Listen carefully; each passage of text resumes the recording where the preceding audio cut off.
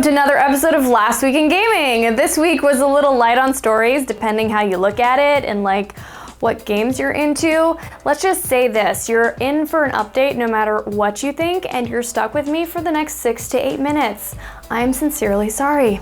All right, let's hop in. For our main stories today, a Reddit user known as Vape This Bro, which is definitely an internet name, Wingardium Leviosa, the cover off an open world Harry Potter game with a leaked video. Yeah, supposedly the teaser footage comes from a focus group, and Warner Brothers Interactive Entertainment has had the video pulled from YouTube, reports Kotaku. That hasn't stopped other wizards and witches from just mirroring the original though. And by Merlin's beard and heck Dumbledore's too, this looks pretty freaking fantastic. So while nothing's official, of course, it's rumored you get to create your own 5th year Hogwarts student, and I shall be named Naomi the Necromancer, and I will make Voldemort look like small potatoes. Seriously though, you think we can be evil in the game? Like, it'd be really fun to be a Death Eater type instead of a do-gooder in the wizarding world for a change. I really think that's like my inner chi calling to me. All right, speaking of Warner Brothers, The Witcher 3 studio, CD Projekt Red, is teaming back up with them to distribute Cyberpunk 2077 in North America. CD Projekt board member and senior vice president of business development, I'm gonna mess up this name, Maka Nowakowski, said in a statement, "We've worked with Warner Brothers Interactive Entertainment on The Witcher 2, Assassins of Kings, and The Witcher 3 Wild Hunt, and both releases turned out to be really successful, so we're entering this new stage of our corporation with great confidence. I'm confident too, by the way, that Cyberpunk will have my butt glued to the couch for several weeks on end.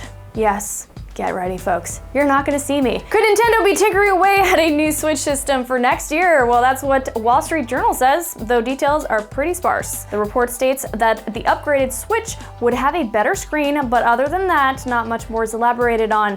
Yes, if it were me, I'd love a bigger screen and some beefier specs, similar to how Microsoft and Sony have updated their consoles with Xbox One X and PlayStation 4 Pro, respectively. In general, this seems like a given though, right? Nintendo loves updating its handheld hardware, and while I get the Switch is a hybrid, there's no reason not to offer newer and different configurations. Plus, this means the Switch model out right now could be offered at a lower price point, which is pretty enticing. Also might have an actual stand that works. I would love that. LEGO Overwatch is probably the best combination since Wario and Waluigi. Quick side note, Nintendo put Waluigi in Smash, you cowards. Just do it. Anyway, back on the payload, the official Overwatch Twitter account showed off Lego Tracer, that's right, and she is totally adorbs. Meanwhile, the Lego website is teasing Winston with a bunch of Lego bananas. And heck, I'm going to go bananas for these. I plan on picking up Lego Reinhardt, Lego Soldier, Lego May, Lego Genji, Lego all of them. All right, it's game on with Google as the company that makes doodles with its logo announced Project Stream. As this name implies, it's a streaming service that will be tested with one of the biggest games of this holiday season, Assassin's Creed Odyssey. Yes, that's right, Google has teamed up with Ubisoft for a trial where you can play the game through the Chrome web browser on a laptop or desktop computer. I can't wait to hear impressions of this, especially regarding input lag.